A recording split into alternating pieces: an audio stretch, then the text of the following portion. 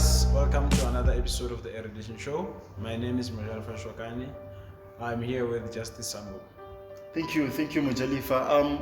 Hello, my name is Justice Sambo. As my co-host has mentioned, today we are bringing you another episode of the Erudition show, where you get to get wisdom through lived experiences of our guests. Today we have an amazing guest, which I happen to have to read his bio because it's a lot. It's really interesting. It's that interesting. He is a young social entrepreneur with a passion to reduce climate change effects through creating innovative technological solutions. His journey began when he was 18 years old, where he ran a spaza shop with his mother, cutting hair and selling sweets and snacks, So that's where he started. While he studied at the University of the Witwatersrand, I believe he started in 2016. I'm not so sure. He began an e-commerce company with his friend, where they developed a technological product, which was meant to make the life of students easier when they want to load, transfer, and receive money into their student cards, which is something that universities usually do. He was involved as a treasurer in 2017-18 in an NPO called Vets Venture, which I believe he did an amazing job. It was a student entrepreneurship development, coaching and mentorship. That's what Vets Venture was. Above entrepreneurship, he is a part-time tutor and motivational speaker. So I believe we're about to be motivated on top of everything that he does. It's gonna be an amazing show, guys. He is the founder of Nepator Holdings, another amazing company of his, which I have gotten a chance to know, through his journey, where the entity uses waste materials to manufacture low-cost, affordable, and eco-friendly building materials, which are bricks, cement, and tiles. Through this company, he won the Hook Up Dinner and Varsity TV Student Entrepreneurship Competition in 2017. He was selected to represent South Africa at the Startup Safari in India, guys. So he went all the way. He also was part of Next Gen in New York, and in September 2018, he was the only person selected to represent South Africa in, I think it's Munich, in Germany, at the Global Entrepreneurship Summer School, which was for Social Entrepreneurship Academy, which was mainly focused on consumption and climate change. And in December, he won the Tropics Best Young Social Innovator. So we have none other than Chris Mabunda. Let's welcome him.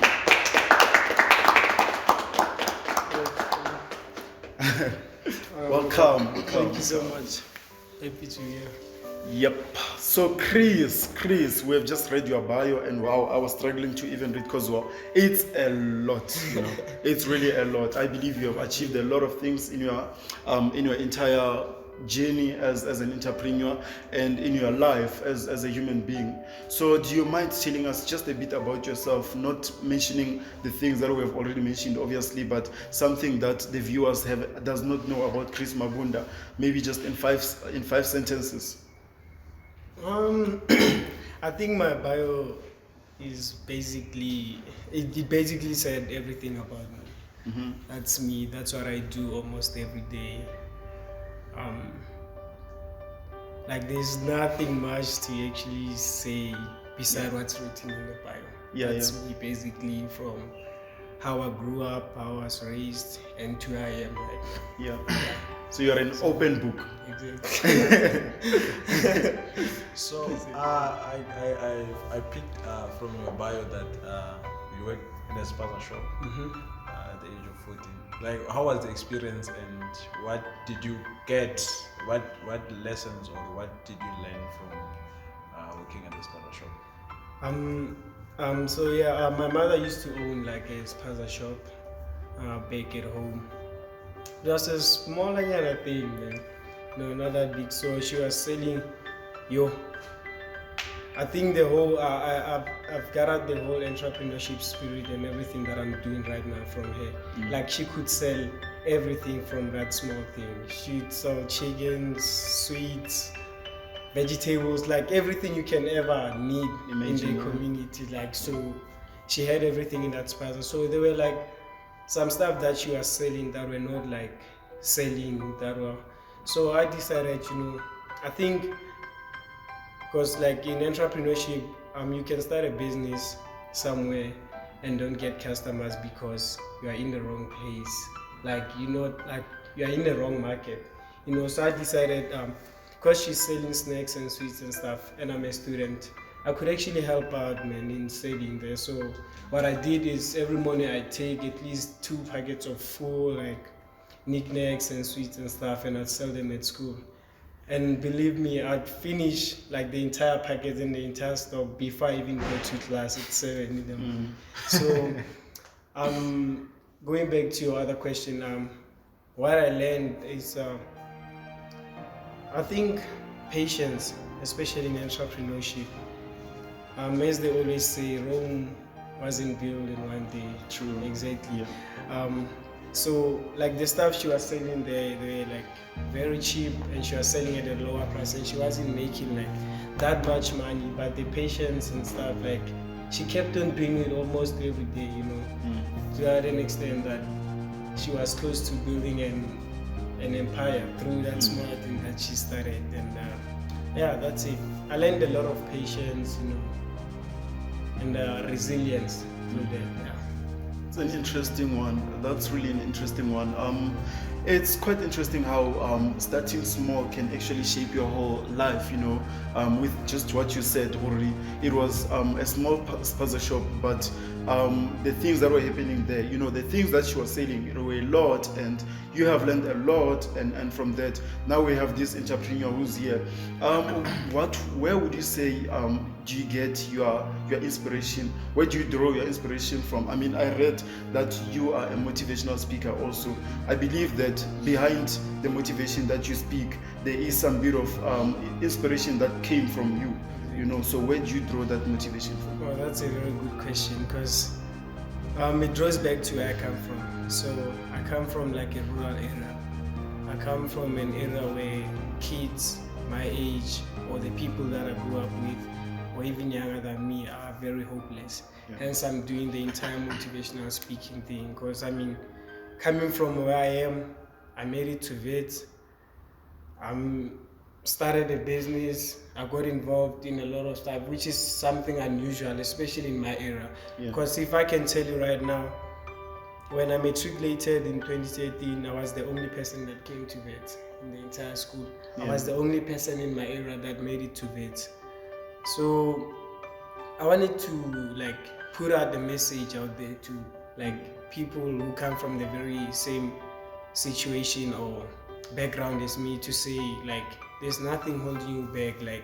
Everything is possible. You can do it if you want to. It's all in you.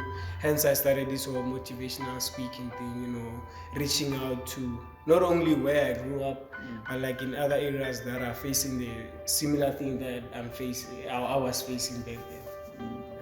So that's where my inspiration came from. Okay, I guess okay, by the way, he said that he draws inspiration from where he comes from, looking back from where he comes from. It's very fascinating, because I think most of the people, they also do that. They also draw inspiration from background. So I have a question for you, Chris. What do you find fascinating about entrepreneurship? Or there's nothing? There is actually quite a lot. I don't think you would be able to. There wasn't anything fascinating about it. As I said, what's most fascinating about entrepreneurship is it's the journey of it, the process. There's nothing for free. There's a build-up in everything that you do, the patience, the people you meet, the friends you make, but most importantly, I love the process. I like the building up, starting something from the bottom, that's I don't know, raising a baby or something, and then looking at them grow like that. That's so that's one thing that I found a lot fascinating. So, do you have a team or do you do this alone? I have a team. Yeah. So I have these are two friends of mine that I met in 2015. It's my Mama Bolo. He's doing his final year in accounting science, and he's doing actuarial science. He's doing his honors right now. So one of the reasons I put them in the team is because of I think firstly the careers that they are in. Like the other one is doing accounting science, the other one is doing actuarial science. Getting the right people. Exactly. Always. So the other one, Mayabella, is the one that handles the finances of the business and stuff, and Danny deals with the analysis, probabilities, growth of the business and stuff, and I get to deal with research, prototype development and all that kind of stuff. So that's basically what I have, but I'm looking to add like more people. So I've been reaching out because I think I'm gonna need someone who's gonna help with research, because my business is not actually something that I actually studied, because I was doing mathematical science, and then the next thing I'm into something that's in like chemical engineering, metallurgy and stuff. So to our viewers, the post is open. So yeah. They must send in So speaking of which, I believe you spoke about the journey. That's what you find fascinating about entrepreneurship, the process, which you believe, I believe you have enjoyed so far. Just so I take it back to the viewers to say that most times you think that entrepreneurship is all gloomy, it's all gonna be like fast cars and all of that. But now I just want to take it back to you to say, how has the journey been for you so far up to today? Well, I don't want to sugarcoat anything. I don't want to, I'm going to be real. The journey is not nice at all. Everything, it's really hard. Yeah. Because, like I said, it's a very lonely journey. Yeah. You find yourself doing everything by yourself. Sometimes you get people, you get betrayed and stuff. Sometimes you meet people that don't understand what you're doing, which is great, because not everyone can understand you or what you do. There's nothing wrong with that. But the journey itself, it's not easy. It's really tough. Yeah. You can ask every entrepreneur that's in the top right now. They will tell you, entrepreneurship, it's I don't know, hell on earth. Yeah. So I'm interested to know, since you're saying it's tough and hard, so if you don't mind, what are some of the challenges that you face? You have faced yourself, yes. For now, as I said, a team. That's one of the hardest things ever, starting a business, getting the right people who actually understands the vision and they are willing to carry it forward, even if you're not there. Because most of the time we meet, I don't know if I should say hyper people or what, but people who just love the idea, man, and they want to be part of everything, but they don't really understand the vision, where you come from with that thing, and where you want to see it in future. So I think getting a team is one of the hardest things. And the other thing, there's actually quite a lot, but a team is one of the hardest things that I've actually experienced so far, and support from the people, family, friends. Yeah. You sit around with people every day, they don't I don't know if they don't care or they're ignorant or what, but whatever it is, it's not good for me. Even the government, because you can see the level of unemployment rate in the country. You can see the issue of climate change, temperatures rising almost every day. The government is just there looking at us and they're not even doing anything. And they can't even do anything, and we are there with the ideas and the solutions, and we want to solve their problems, yet they don't want to help out. So those three things are the ones I've faced so far. That's interesting. So you see, I believe that you said the journey is very lonely. You spoke about support from friends, you know. So I just wanted to take it back to the viewers to say that indeed the journey can and will be lonely, you know. It's not always gonna be like I have support and my friends are just gonna jump into every idea that I come up with. Sometimes you'll just have to walk the road alone. So you see, when we started the Erudition show, what happened is we didn't just wake up and be like, we're starting the Erudition show.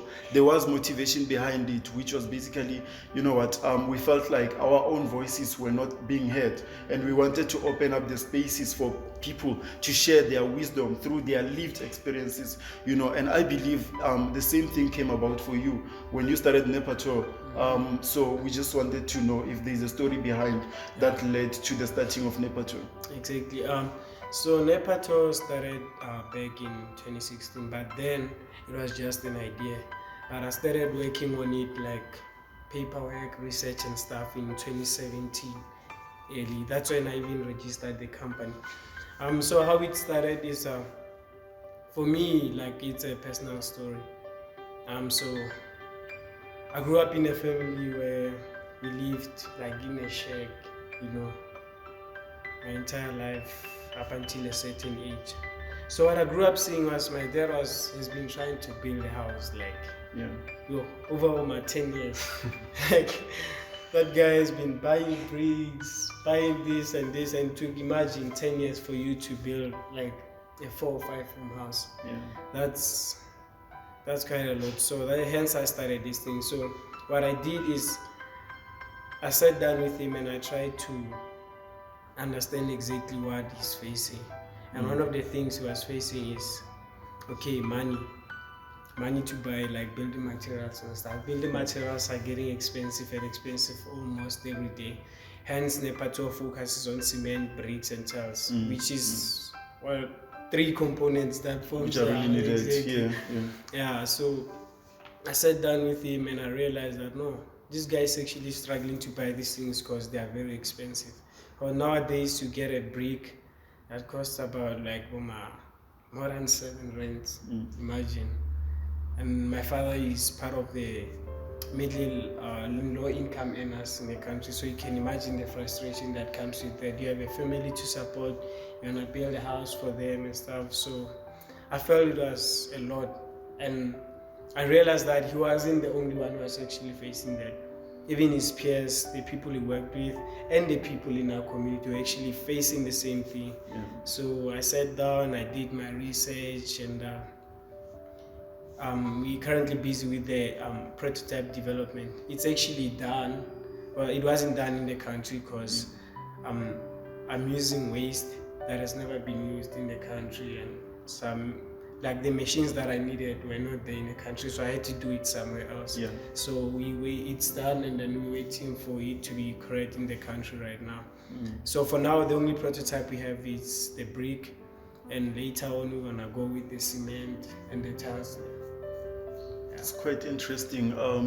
You know, when you say Ori, how it all started was you could see Ori, people can't afford these bricks and all of that, and you were like, let me be that person. So that humanity in that business, I believe it's everything. That's something that I value so much, to say that success is not really about yourself, you know, it's really about how many people you bring with you, how many people you rise up with. So yeah, I believe Mujalifa has a question for you. Okay, well, I think I'm lost a bit. So I want to understand, like, Nepato is a company, you produce bricks, tiles and cement.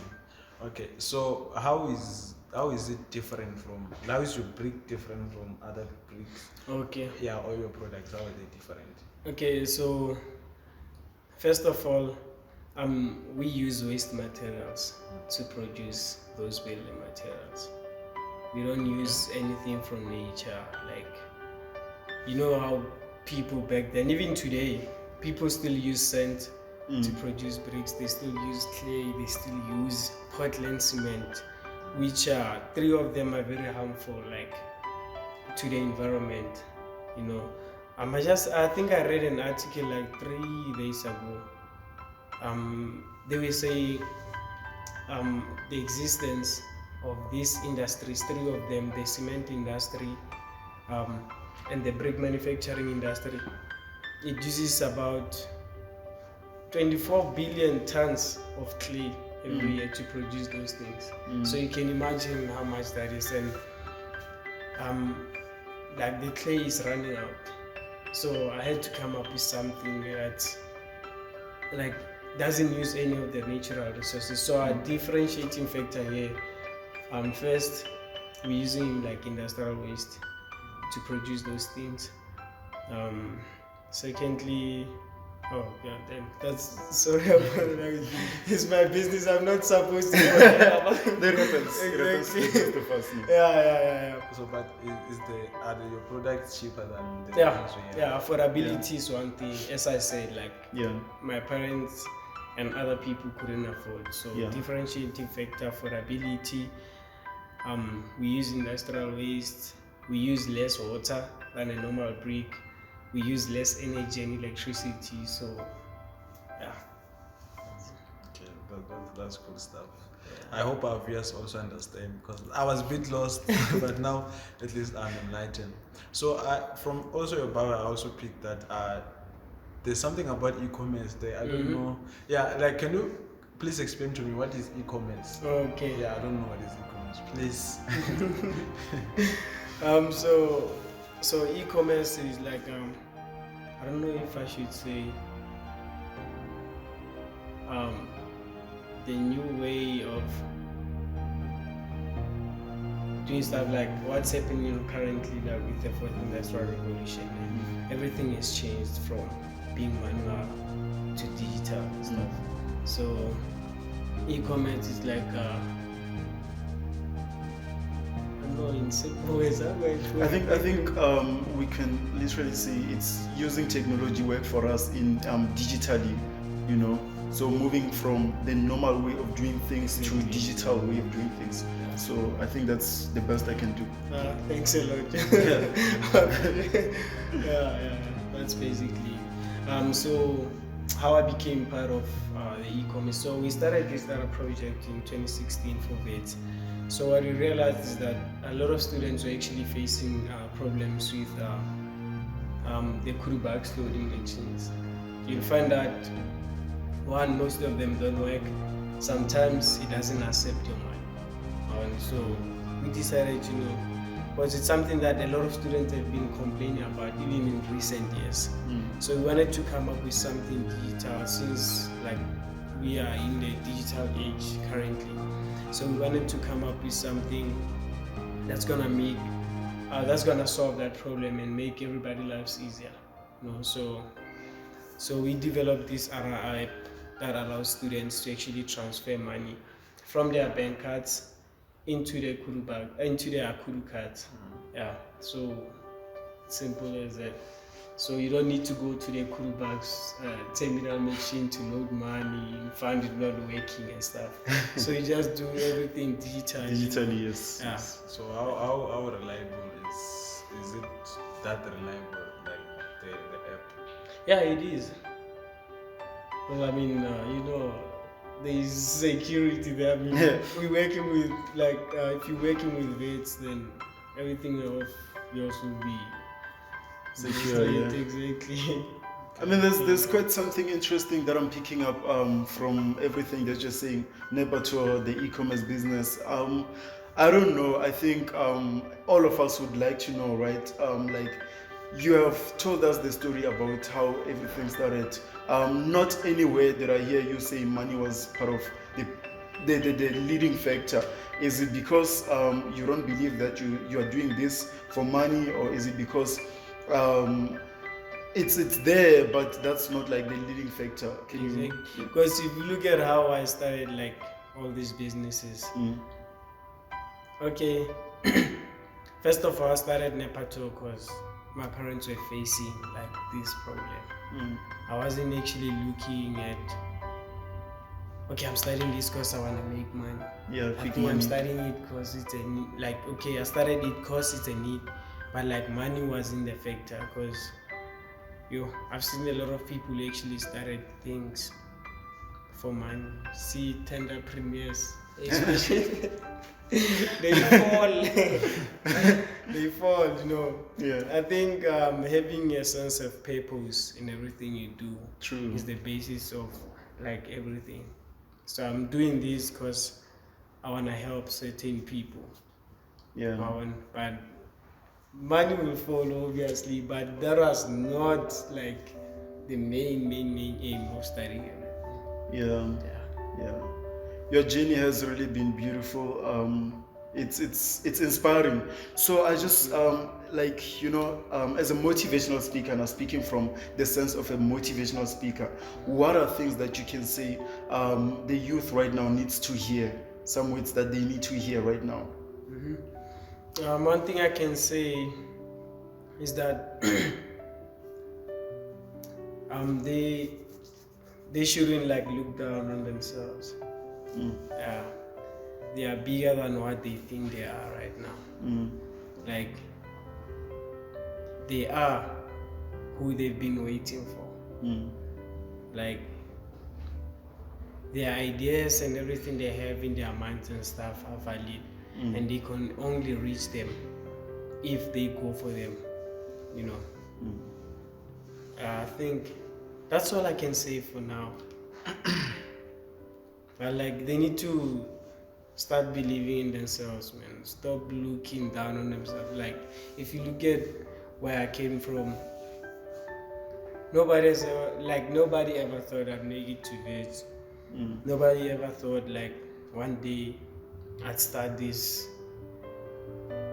clean tech company, you know.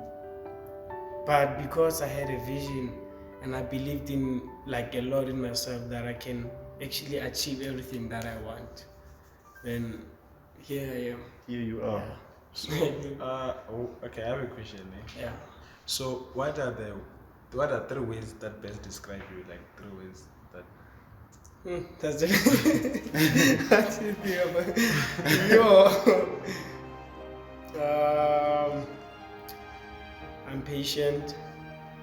I'm resilient, and I don't know how to put it, but I'm very curious, man. Like I'm always like willing to learn. I'm always yeah. I think these are the words that Chris Mabunda just left with us as the viewers and us as the Erudition team. Be patient, be resilient, and be curious. Be curious, you know. Be curious to want to learn new things. Be curious to want to see other like, you know how we're always be like, but how about if things were different? What if things were like this? What if things were like that other way? So I think that's very important as an entrepreneur, as a person in life, with whatever you're doing in your studies, your workplace, or whatever, anything that you're doing. It's been an interesting talk with you, Chris Mabunda, and I wish you all the best for your journey in Nepato and the e-commerce business. And I think and one thing that we forgot to ask you, how do people get in contact with you? I mean, you're providing things that are really needed out there in the world right now. So how do people get in contact with you? So they can contact me through like social media pages. I don't like giving out numbers. Once made that mistake last year. I think I was fundraising for a Munich trip. Yes. Yo, that was the most stressful time of my. I understand. You didn't get like unnecessary calls. Yes. People like, you know, yeah. So they can get me on Facebook. It's Chris Einstein Mabunda, and then on Twitter it's Chris _E Mabunda.